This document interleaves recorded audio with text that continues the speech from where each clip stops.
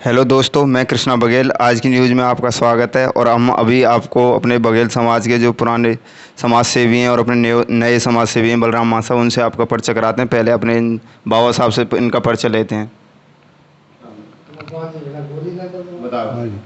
मेरा मेरा परिचय था कुंवरपाल उप सरपंच ग्राम हेलक पंचायत से हूँ। और वैसे समाज में मैं कम से कम 30 साल से काम कर रहा हूँ। जब से मैंने आवा जावा शुरू करो, जब से ही समाज में सेवा कर रहा हूँ।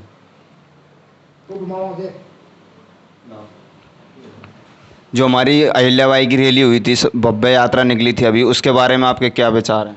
कैसी रही उसके बारे में? अहिल्याबाई की रैली बहुत बढ़िया रही, सब जोरदार रैली रही। और इससे हमारी समाज के लिए बढ़िया संदेश जाता है, एकता दिखती है समाज के लिए, और हमारे युवाओं को मनोबल बढ़ता है। और ये हमारी ये अहिल्याबाई जो हमारी है, मतलब बड़े बड़े इनकी पूर्वजन की जो है माता हैं, उनके लिए ये रखी जाती है।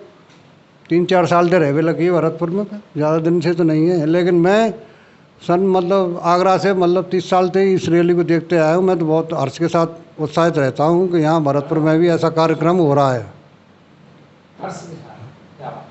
और रैली से हमें बहुत संदेश मिलता है, एकता का, जागृति का, विकास का, मतलब हर तरह का मनोबल बढ़ता है, बच्चों का भी मनोबल बढ़ता है। और मूर्ति के जो अहिल्याबाई की मूर्ति जो लगाई जा रही है, उसके लिए बेहद हमें खुशी है। और हम भी समाज में काम कर रहे हैं, जिलाध्यक्ष राधेश्याम के नेतृत्व में जो काम कर रहे हैं, अपनी उगाई में वैसे समय दे रहे हैं, जो आप लोग समाज के सब देख रहे हैं मोबाइलों पर, वैसे व्हाट्सएप पर। और हमें जो मिला है समाज से बहुत कुछ मिला है। हमारी तो समाज ही एक किताब है, मतलब पढ़ाई हमने समाज से करी है। समाज ही गुरु है, जो कुछ मिला है समाज से मिला है। हमारे समाज में जो अच्छे अच्छे अधिकारी बन रहे हैं, अच्छे अच्छे वे बच्चन को संस्कार दे रहे हैं, हमको डॉक्टर बनना हो, इंजीनियर बनना हो, वकील बनने हैं और गलियन बनने हैं, सब हमें तो इनसे बहुत मनोबल बढ़ता है। और हमने सो जो SP सिंह बघेल आए हैं, सन 2095 की बात है, शायद वे SP सिंह बघेल वहाँ वृंदावन में आए। हाँ, 95 में तो वहाँ में ऐसी जागृति मिली, हमने उनने हमारे लिए दिया। एक माँ डॉक्टर शशि आए, उन्होंने दोनों पर हाथ रखा, समाज के दोनों, सुंदर सिंह जी और SP सिंह बघेल दोनों पर हाथ रखा, समाज में एकता का संदेश दिया कि इनके पास समाज जुड़ जाए।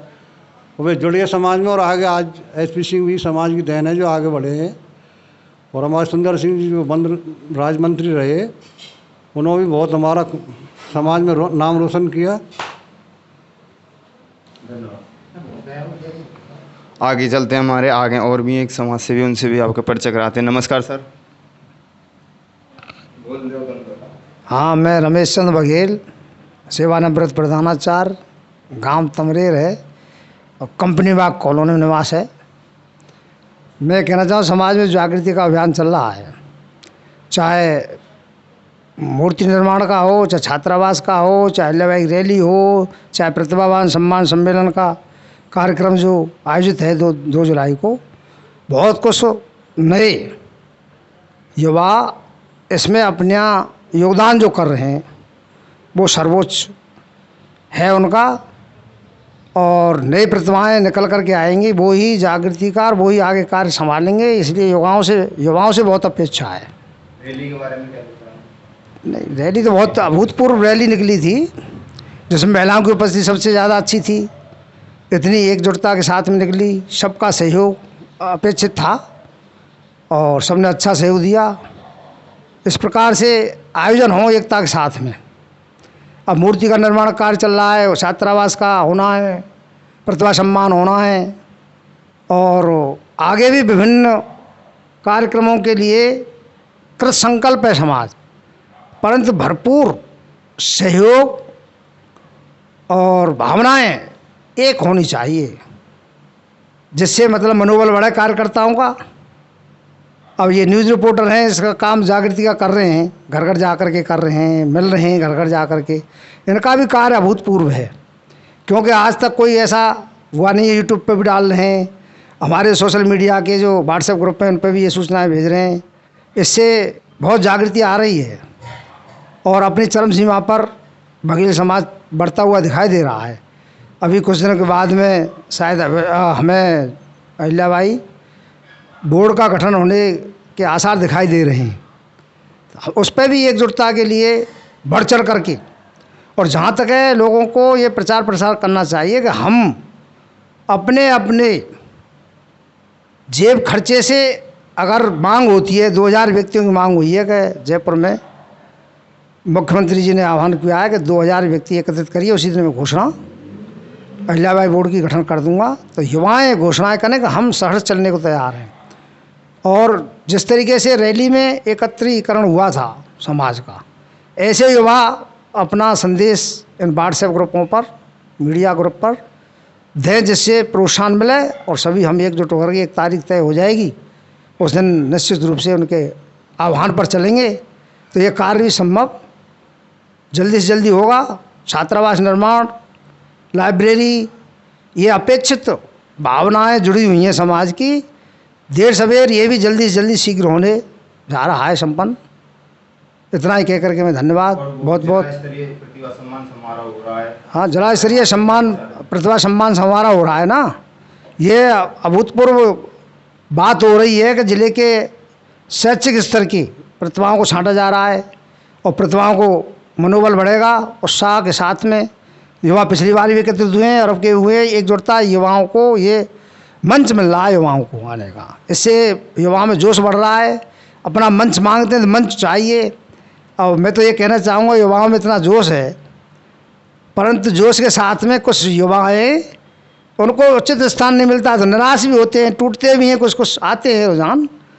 और इस पर एक सहमति बने तो अपना, और जिला अध्यक्ष के नेतृत्व में एक युवा संगठन खड़ा हो, अध्यक्षता का चुनाव हो और इस तरह के चुनाव हो, अपना कोई वो बने युवाओं का संगठन, वो ज़्यादा कारगर होगा साबित।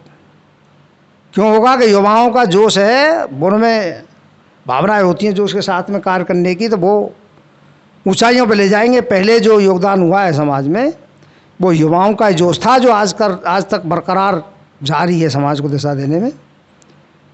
और युवाओं को देख करके बड़े बूढ़े भी अपने अरमानों को पूरा करने के लिए योगदान या देखने के लिए ललायत रहते हैं, क्योंकि उनका स्नेह और उनका जुड़ाव है समाज में, वो कभी अछूता नहीं है।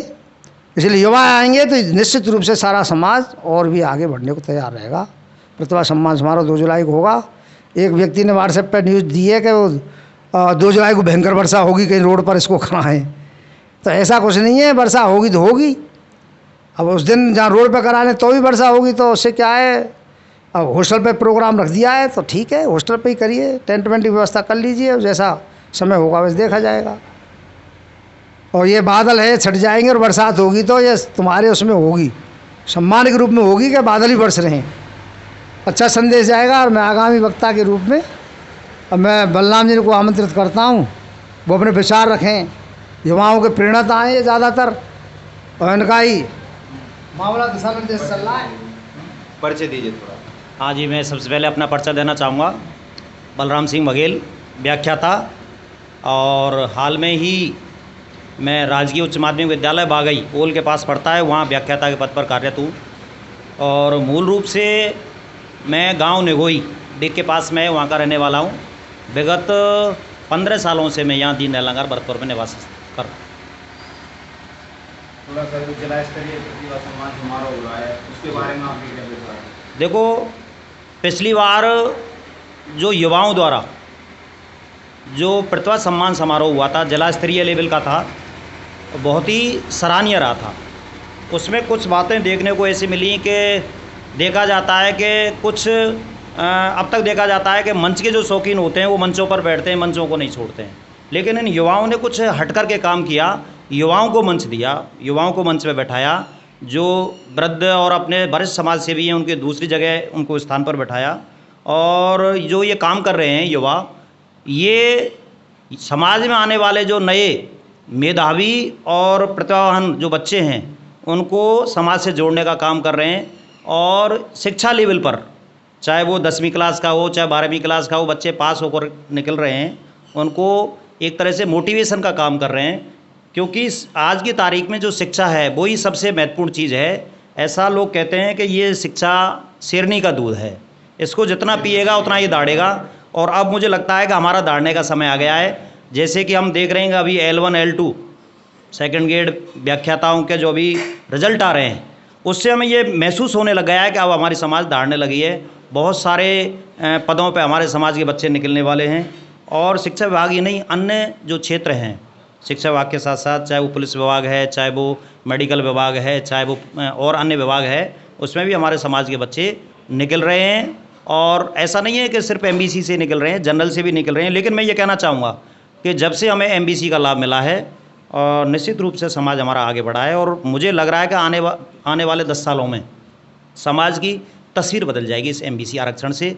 और मैं तो सभी समाज के जो गणमान्य सदस्य हैं या बरादरी माता के जितने भी लोग हैं, चाहे वो गरीब है चाहे अमीर है, उससे यही आह्वान करना चाहूँगा कि वो बच्चों को पढ़ाएं। चाहे एक टाइम भूखा रह लें, एक जोड़ी कपड़े पहन लें, लेकिन बच्चों को पढ़ाएं। क्योंकि अब जो समय है वो शिक्षा का है।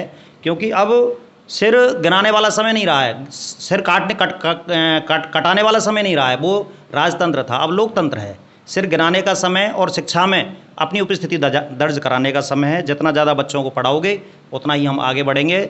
इस कदम को आगे बढ़ाने के लिए जो युवा वर्ग है वो एक मंच का काम कर रहा है। जो 10वीं और 12वीं पास आउट जो बच्चे हैं उनको मंच पे लाने का काम कर रहा है, उनको अपने वरिष्ठों के द्वारा सम्मानित कराने का काम कर रहा है। निश्चित रूप से इससे मार्गदर्शन मिलता है। और इसमें एक चीज़ मैं ये जोड़ना चाहूँगा कि अपने समाज के जो प्रतिष्ठित या बुद्धिजीवी वर्ग हैं वो भी 10वीं और 12वीं पास आउट जो बच्चे हैं उनका काउंसलिंग का काम करें, मार्गदर्शन का काम करें। क्योंकि अन्य समाजों में ये देखा जाता है, वहाँ के जो सीनियर लोग होते हैं, वरिष्ठ लोग होते हैं, बुद्धिजीवी वर्ग लोग होते हैं, वो युवाओं को मार्गदर्शित करते हैं, उनका मार्गदर्शन करते हैं कि आपको किस फील्ड में जाना है, जिससे उनको उचित मार्गदर्शन मिले, उचित प्लेटफॉर्म मिले और वो आसानी से अपने लक्ष्य को या नौकरी को हासिल कर सकें।